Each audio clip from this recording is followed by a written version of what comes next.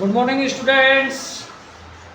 आज फिर एक टॉपिक के साथ आ गए हैं। जैसे कि पिछला बार हमने पढ़ाया आपको मैग्नेटिक फील्ड का strength due to current carrying conductor. किसी भी current carrying straight current carrying conductor है, उसके कारण एक करंट इस पे फ्लो कर रहा है, उसके कारण किसी भी पॉइंट P पर कितना मैग्नेटिक फील्ड स्ट्रेंथ बनता है, इसका हम लोग पिछले वीडियो में एक्सप्रेशन निकाले थे।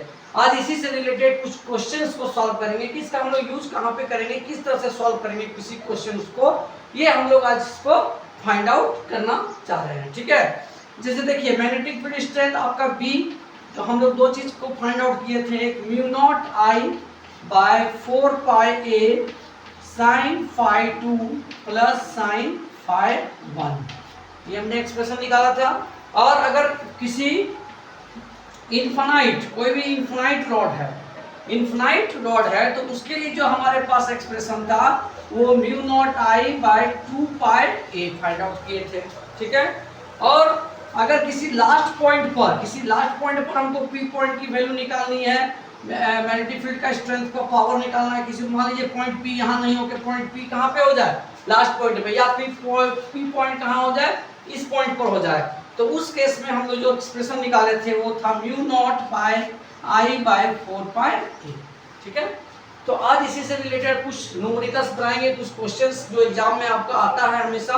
ठीक है, उसी रिलेटेड कुछ क्वेश्चन, ज़्यादा नहीं, आज का बहुत ही शॉर्ट वीडियो रहेगा, आप लोग उसको पूरा अंत तक देखें ताकि समझ में अच्छी तरीके से आ जाए।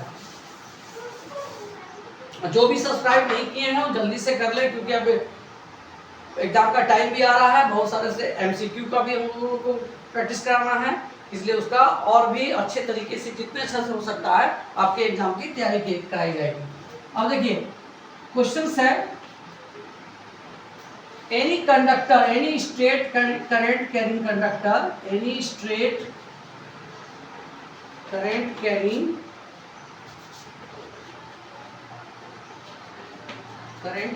Conductor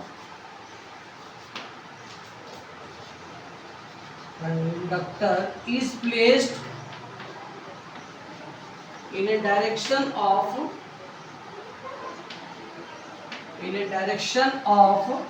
east west direction, and the current flow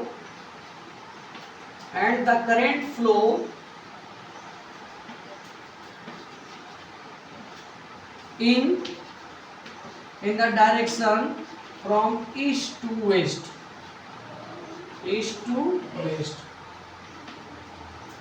find the of 10 ampere current इस पे फ्लो कर रहा है। ठीक है, find the magnetic field strength at a point 10 centimetre, at a point 10 centimetre placed in a north direction,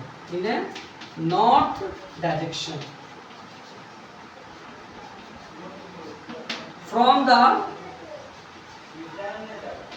middle of the road,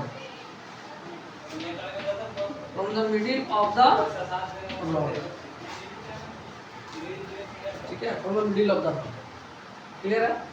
अब ये questions है, अब इसी क्वेश्चंस को हम लोग सॉर्ट आउट करेंगे, किस तरह से बनाना है इसको हम लोग सॉल्व करेंगे टेस्ट को।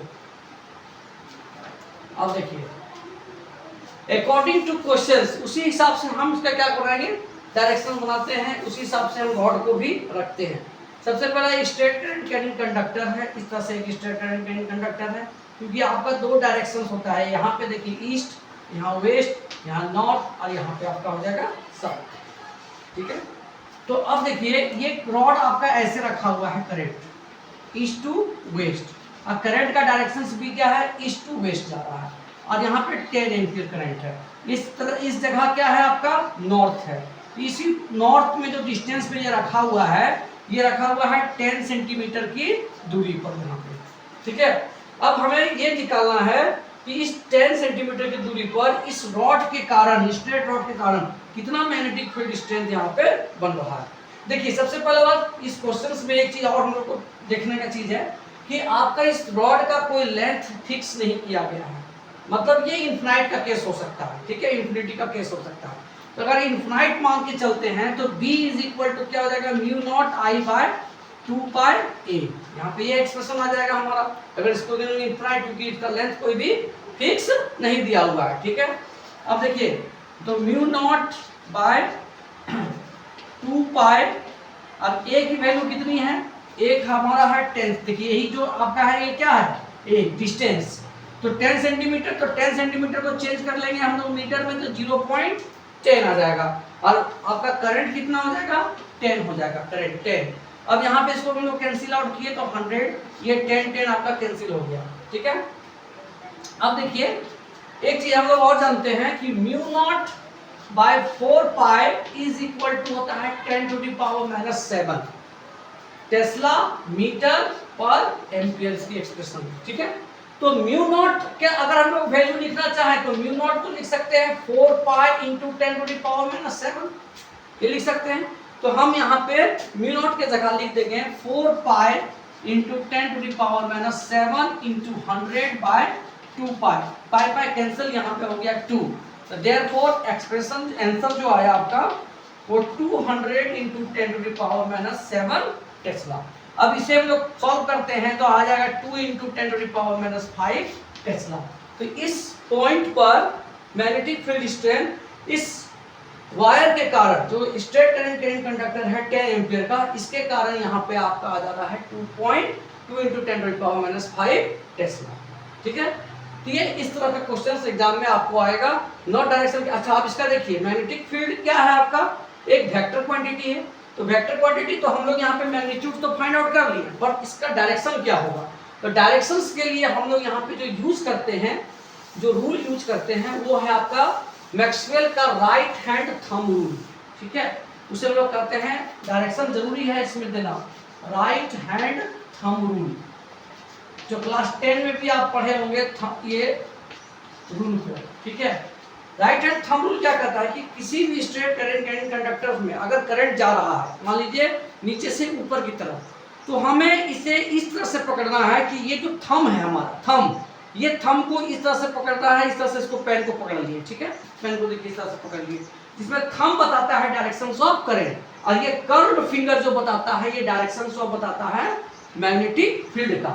तो अब देखिए यहाँ पे रॉड किस डायरेक्शन पर रखा हुआ है, ईस्ट टू वेस्ट, ठीक है। तो रॉड हमारा ईस्ट टू वेस्ट है, देखिए ये ईस्ट है और ये हमारा वेस्ट है, करंट इधर जा रहा है, तो करंट इधर जा रहा है, तो हम यहाँ पे देखिए इस तरह से पेन को रखें, अब हमारा जो थंब होगा वो किधर जाएगा, इधर, तो थंब इधर चला गया, ये यहाँ जा रहा है बोर्ड के अंदर, ये पी पॉइंट पर, ये जो पी पॉइंट है, इस पी पॉइंट पर magnetic field inside the board जा रहा है। तो यहाँ पे लिख सकते हैं डायरेक्शन के जगह लिख सकते हैं into the board, into the board, board के अंदर जा रहा है वर्टिकली, ठीक है। तो अंदर की तरफ जा रहा है, तो इसके लिए हम यहाँ पे क्रॉस मार्क करते हैं, और अगर बाहर निकलता है तो उसके लिए हम लोग करते हैं प्लस मार्क, पॉइंट देते हैं। तो डायरेक्शन क्या हो जाएगा, इनटू द बोर्ड, बोर्ड के अंदर आपका मैग्नेटिक फील्ड का डायरेक्शन हो जा रहा है। तो यहाँ पे दोनों चीज हम लोग देख लिए, एक मैग्नेटिक फील्ड स्ट्रेंथ भी और दूसरा डायरेक्शन को भी फाइंड आउट कर लिए। अब देखिए इसमें एक और इम्पोर्टेंट क्वेश्चन है, इसका और एक इम्पोर्टेंट क्वेश्चन है,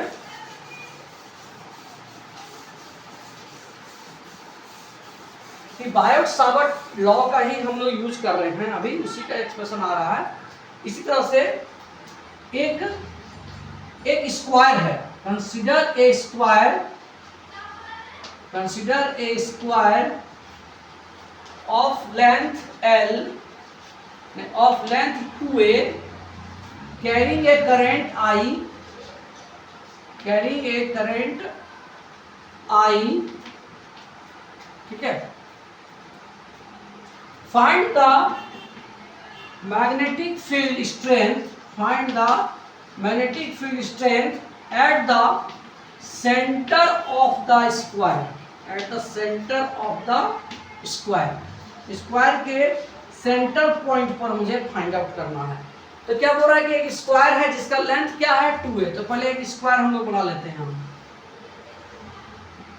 एक स्क्वायर है और इसका लेंथ कितना बोल रहा है 2a, इसका जो लेंथ है वो है आपका 2a। क्योंकि स्क्वायर का सबका लेंथ क्या होता है, बराबर ही होता है। सेंटर पॉइंट आपका यहाँ पे हो गया। इस सेंटर पॉइंट पर हमें फाइंड आउट करने के लिए बोल रहा है, इस पर करंट जा रहा है आपका आई, ये करंट हो गया आपका आई, कहीं से भी आप डायरेक्शन ले सकते हैं। अब इस सेंटर पॉइंट पर मांग रहा है कि इस सेंटर पॉइंट पर मैग्नेटिक फील्ड का स्ट्रेंथ कितना होगा, क्वेश्चन मार्क है, ठीक है। तो देखिए ये जो है हमारा एक रॉड है, ये हमारा एक रॉड हो गया, ये भी एक मान लीजिए करंट कैरिंग कंडक्टर हो गया, ये भी करंट कैरिंग कंडक्टर, ये भी करंट कैरिंग कंडक्टर, ठीक है। अब करंट कैरिंग कंडक्टर के कारण इस रॉड के कारण अगर हम लोग यहाँ पे फाइंड आउट कर लें कि मैग्नेटिक फील्ड स्ट्रेंथ कितना होगा, तो बाकी चारों का हम लोग एक सेम हो जाएगा, क्योंकि क्या है, तुम सबका लेंथ सेम है, ठीक है। अब देखिए यहाँ से ये मान लेते हैं मिडिल पॉइंट है, यहाँ से एक मिडिल पॉइंट हो गया, मान लीजिए ये 2a है, तो यहाँ कितना हो जाएगा आपका a। अब यहाँ से ये ले लेते हैं, ठीक है। जब मिडिल पॉइंट से ले लिए तो क्योंकि ये इनफिनिट रहेगा तो 90 डिग्री, तो यहाँ मिडिल पॉइंट पे चलेंगे क्योंकि इसका एंगल कितना बनता है 90 डिग्री। जब एंगल 90 डिग्री, तो यहाँ से अगर हम लोग इसको बाइसेक्ट करके एंगल बाइसेक्ट करते हैं और इसको यहाँ से डिस्टेंस लेते हैं, तो ये हो जाएगा 45, ये भी हो जाएगा आपका 45, ठीक है। तो अगर ये 45 तो यहाँ कितना हो जाएगा 90 डिग्री, 90 डिग्री और 45, तो क्या बच गया आपका, यहाँ पे भी बचा 45 डिग्री, तो यहाँ पे भी आपका एंगल कितना हो जाएगा 45 डिग्री।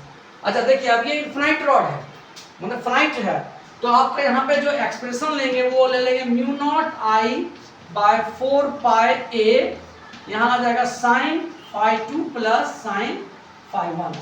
अब ये दोनों कितना है 45 डिग्री है, ठीक है।